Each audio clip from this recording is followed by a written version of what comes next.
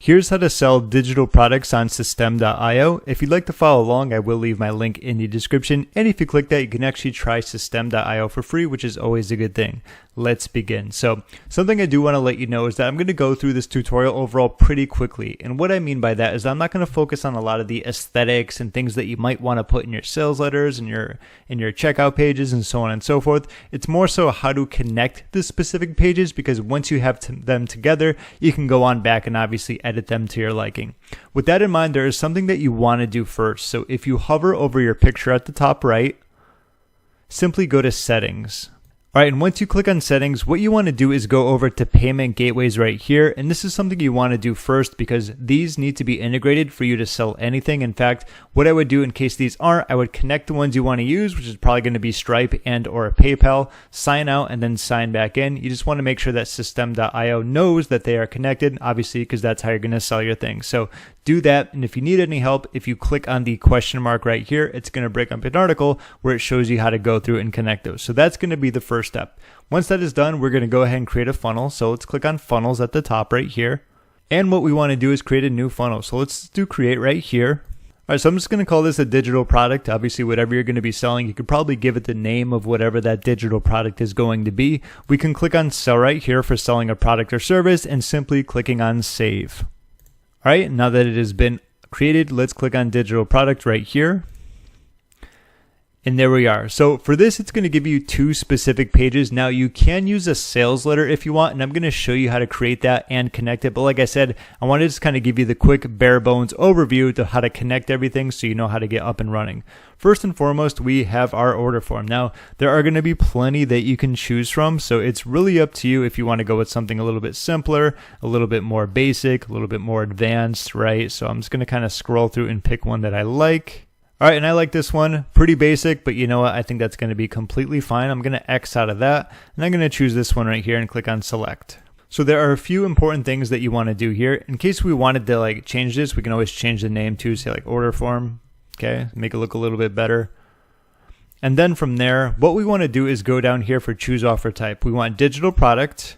If we scroll down, this is what I was talking about before. For example, say you were logged in and you just added your, say, Stripe or PayPal account. Sometimes it's going to show that you don't have it. That has happened to me in the past. So if it is showcasing that you don't have any integrations yet, just simply log out, log in, and you should be good. So for this, let's go to price plans. And what we want to do is create a new one right here. So let's do create a new one. So the price plan, this is going to be, say, like one-time payment. And I'm just going to copy that and put it right here in our dashboard. So for the statement descriptor, as it says right here, when a customer makes a purchase from you, a short description about the purchase will show up on the bank statement. So ideally, you want to make it the same name as the product or maybe your brand, just so that they know what you're talking about. Let's just do like viral social. Say we're selling a viral social digital product, right? So price plan type, we can go right here. We're going to do one-time payment, and payment amount, let's just say it's going to be $19. Let's click on save. Perfect. And so now we have that, and that is going to be good. We can just view it very quickly. Great. And you'll notice that I have Stripe integrated. There's not going to be any PayPal there, so that's going to be good there. Let's go back and just edit it very quickly. Edit page. All right, so we have email address, first name, last name, and phone number. Maybe you don't want phone number. You can always just delete that. Okay, so we can go like that. And a lot of this is going to be business as usual. Say we have this right here. It's going to be like viral social, special off, whatever that's going to be. We can do this. Special 50% off. Maybe it was $38. I believe that's double 19, right? Anything is just going to be, changing it around, click on it, adding it, editing it, and so on and so forth. And we can do like, purchase. Okay. Okay, and so that looks pretty good. Like I said, I'm not going to worry about a lot of the aesthetics. It's pretty simple to delete stuff, edit things around. I'm going to save this, okay? And what I want to do is simply go back. All right, so there are going to be two things that we want to do here when it comes to automation rules.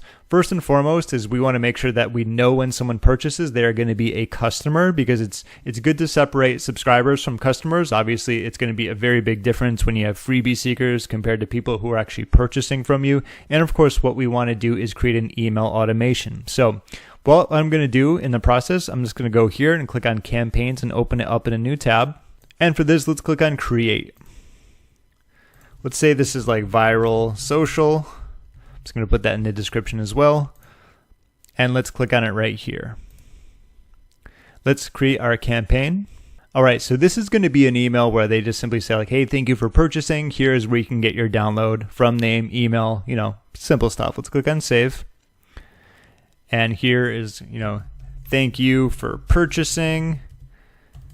Click here to access your purchase, okay? And this is going to go to your thank you page, or it can just simply go straight to a PDF if that's what you're going to be sending them to, right? So www.theirdownloadpage.com, all right, whatever it's going to be, right? We can always come back and change that if needed. I'm not going to go ahead and do the full email for you, just kind of giving you the idea that's what this is going to be all about. Let's click on save and publish. And this is going to be perfect right here because we don't want to send this like 5 days later. We want them getting it immediately. So let's click on activate. And perfect. What we now want to do is go back to funnels. And I'm going to go to that digital product funnel that we created. Now what we want to do is on the order form, go to automation rules. So there's a few things that we can do. Let's go to add rule here. So occurs when a customer makes a purchase. We can do new sale. And then what we want to do is click on this right here. We can do add action.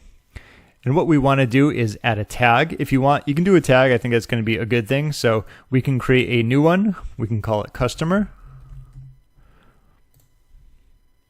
Save rule. Perfect. And once again, we can click on new sale. You'll notice how we get a tag. And also here's going to be the most important one. We can do add action. And what we want to do is subscribe to campaign.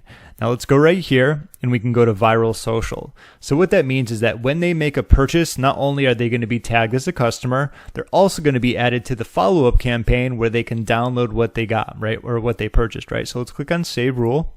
All right, and so there's one more thing that I want to show you here, maybe two things, right? Last is just going to be the thank you page, any of these that we can utilize, thank you for your purchase. Let me pick one that's just very simple, something like this. I'm going to go with select. All right, let's call it thank you and edit page. So there's going to be two ways that they can obviously download what they get. So for example, let's see, open URL. We want to change this. So we could do click here to download the viral social PDF. Okay, and we can obviously link to that right here. So what we'd want to do is open URL, and this is going to be it, say like www, maybe you like put it in Dropbox or something. And this would be the file, okay, whatever that is. And we want to do in a new window, okay? So that's going to be how they can actually go about downloading that. And like I said, I'm not going to worry too much about the aesthetics. You can put a video here like thanking them. Obviously, if you wanted to change this around, to simply change the text. All right, let's save and let's go back. All right, so ideally what's going to happen here, someone is going to go to your order form. Obviously, they're going to add their credit card information in. They're going to make a purchase. What's going to happen in the background, they're going to get tagged as a customer. And in the background as well, they're also going to be sent that email campaign, which is going to have the download access for them.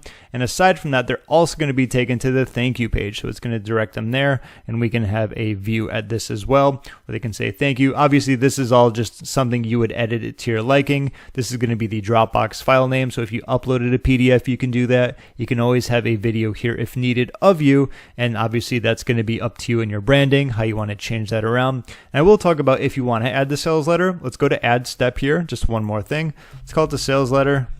There are going to be types for this specifically. So if you scroll down, we have a sales page.